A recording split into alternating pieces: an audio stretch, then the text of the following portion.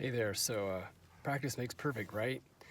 Yes, it does. And to borrow from one of my favorite artists, Austin Kleon, he said, create in public. And I'm not quite sure what he had in mind when he said that, but I took it very literally and started my little channel. Oh, not so long ago, but long ago enough that I made 130 videos. And yes, I'm an amateur. I'm learning. I'm like everyone else. I had to start somewhere, and this is where I chose to start. And what I could have done in private and saved my ego, I did in public. So, yikes! But really, I'm actually proud of it because it was such a departure from the old me who I wouldn't turn in a paper until I knew I could get an A on it. And while it's beautiful in academics, perhaps, maybe, um, it doesn't serve you in life the same way. So, I have a few things to say, and I think the main of it is I'm looking at my notes here. So, don't cancel yourself. If you're tempted to not do things, and here I'm going to get preachy because I can't help myself, because, I could be talking to myself from 1 year ago.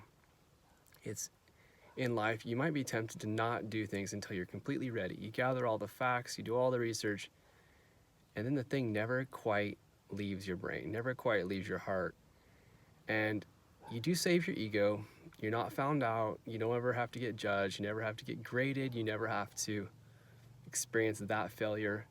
But at the same time, you're still kind of failing in a way that actually matters more to your soul, I think. So I say, get it out there. Younger me, get it out there. Make it happen. And um, I had this funny bumble on a recent short where I said the same thing, I think 3 different times, and it was pretty bad and it was pretty funny. But it reminded me of, how to become a better anything is you practice, and maybe you find a place to practice where you can grow quicker by not being exposed, not being judged. Or maybe sometimes it's part of the exercise to actually put yourself in a place where you can be judged or exposed or graded, as it were. And either way, there's something to gain.